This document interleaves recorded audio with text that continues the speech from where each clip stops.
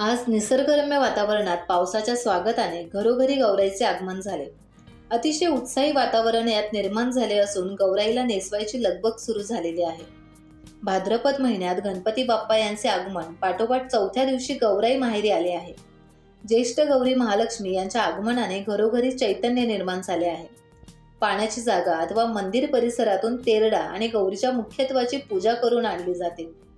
घरातील प्रवेशद्वारापासून ते गौरी स्थापन करण्याच्या जागेपर्यंत रांगोळीने लक्ष्मीच्या पावलांचे ठसे काढण्यात आले. भाद्रपद महिन्यातील शुक्ल पक्षातील अष्टमी तिथीला श्री महालक्ष्मी गौरीने असुरांचा वध करून आश्रयासाठी आलेल्या स्त्रियांच्या पतींना आणि पृथ्वीवरील जीवांना सुखी केले. त्यामुळे अखंड वैवाहिक सुखप्राप्तीसाठी महिला ज्येष्ठ गौरीचे व्रत करतात, अशी कथा आहे. आज कोयना प्रकल्पग्रस्त जांभरूक वावंडळ येथील परंपरागत असलेल्या गौराईचे आगमन झाले. गेली 65 वर्ष ही परंपरा पाळली जात आहे.